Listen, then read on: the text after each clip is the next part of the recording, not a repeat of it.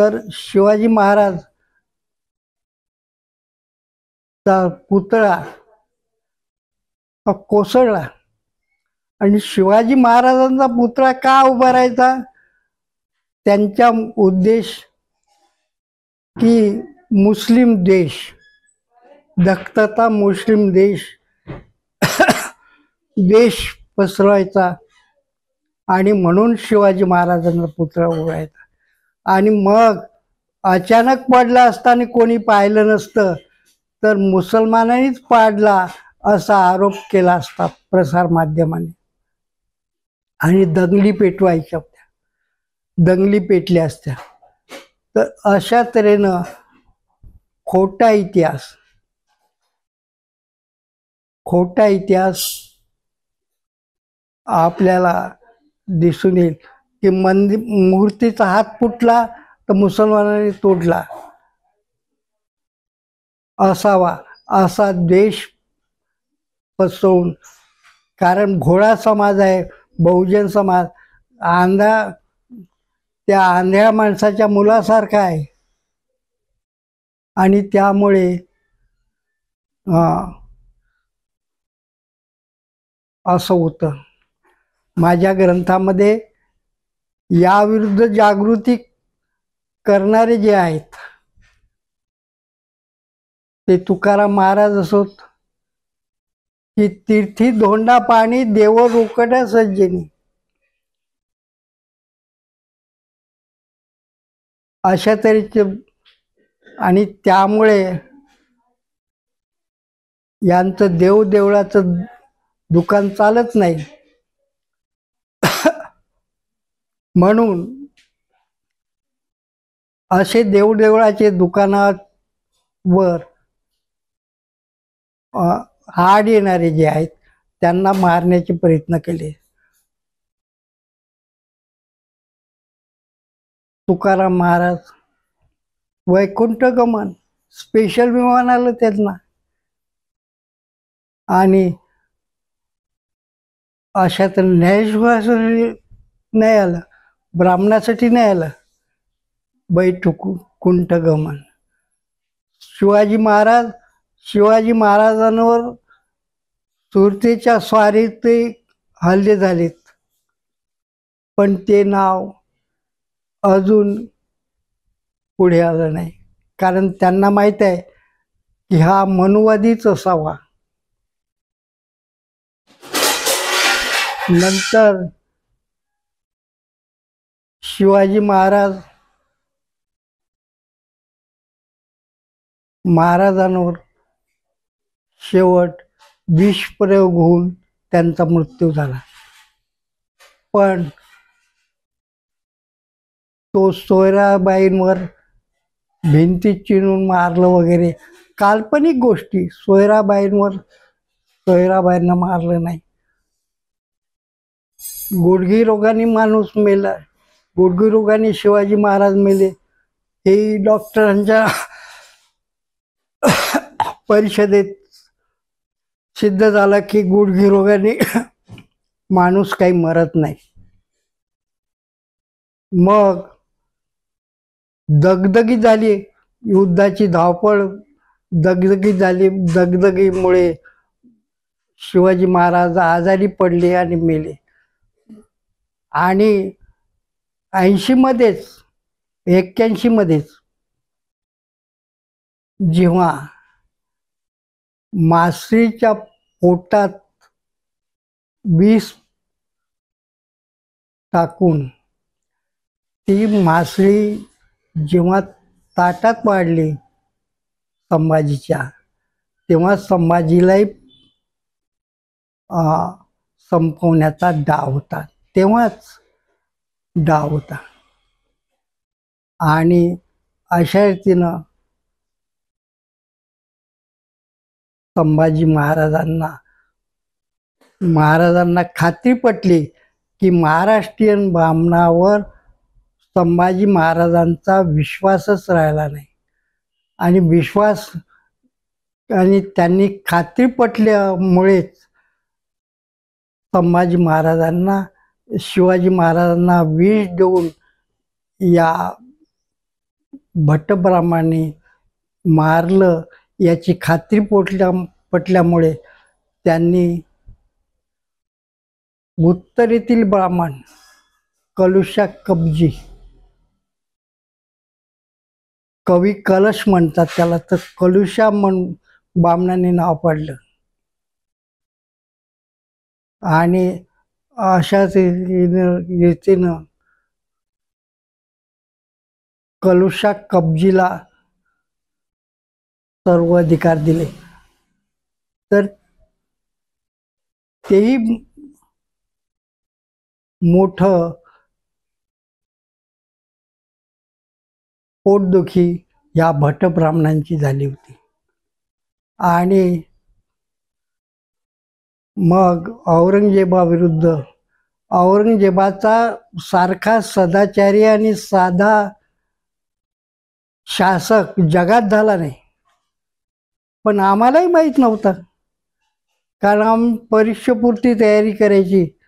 आणि अशा तर पुस्तक ग्रंथामध्ये ते पुरावे मी दिलेले आहेत. आणि वासी बेंद्रे हे कायस्थ लेखक, कायस्थ आणि ब्राह्मण यामध्ये फरक आहे. कायस्थांना ब्राह्मण शूद्र मानतात. बाजी प्रभू देशपांडे कायस्थ होते, पण हे क्रेडिट घेतात की बाजी प्रभू आमचा लढवला, असा लढला तसा लढला. अशा रीतीनं नेहमी भट्ट ब्राह्मणांनी सत्तेच्या आश्रयाने राहिले.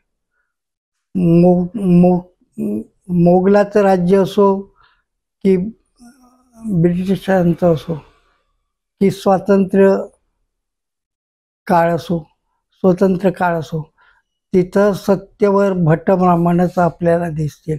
आणि की पोस्टवर आहेत, सर्वोच्च पोस्टवर आहेत. सर्वोच्च पोस्टवर असल्यावर खालचे लोक काय करणार? खालचे लोक त्यांना मिळून जातात आणि जे मिळत नाहीत त्यांचे मुर्दे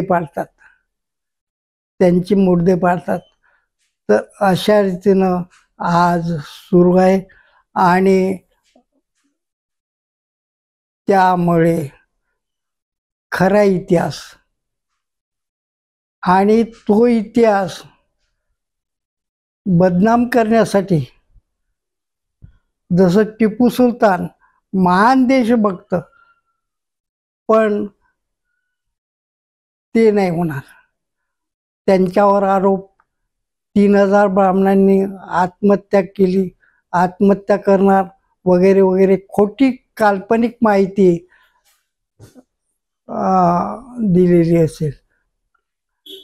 तशीच औरंगजेबाबद्दल.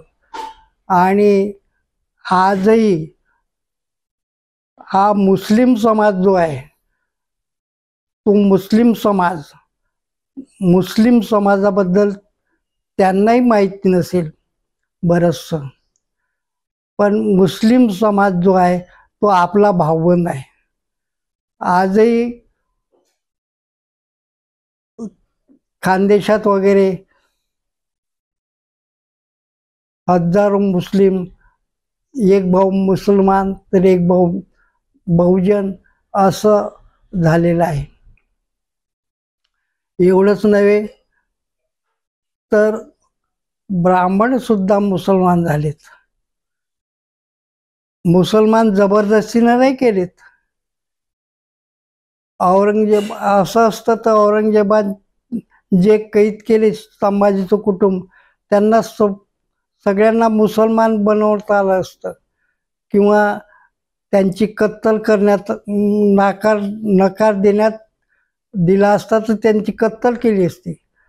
परंतु अत्यंत सन्मानाने वागवलं.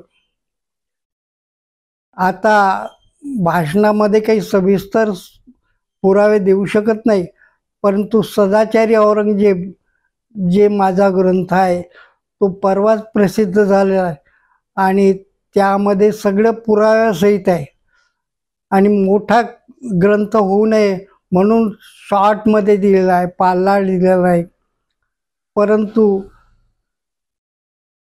वासी बेंद्रे यांचा संभाजी महाराज वाचला तर तुम्हाला बरंचसं बकरी वगैरे किती काल्पनिक असतात आणि ॲसर्शन ऑफ ब्राह्मणिझम इनडायरेक्टली हे जसं असतं तसं आपल्या नजरेसमोर बाबरी मशीद कोणी मांडली? बहुजन कार्यकर्त्यांनी. बटवानंतर पाडताना मशीद हॉटेलमध्ये झोपून होते, हॉटेलमध्ये बसून होते, बहुजन कार्यकर्त्यांनी पाडली. ती पाडताना मेलं कोण? बहुजन. काही मेलेत. आणि ते राम मंदिर बांधण्यासाठी कोणाचा पैसा खर्च झाला? बहुजनांचा. आणि मंदिर तयार झाल्यावर आयत्या मंदिरात भटोबा,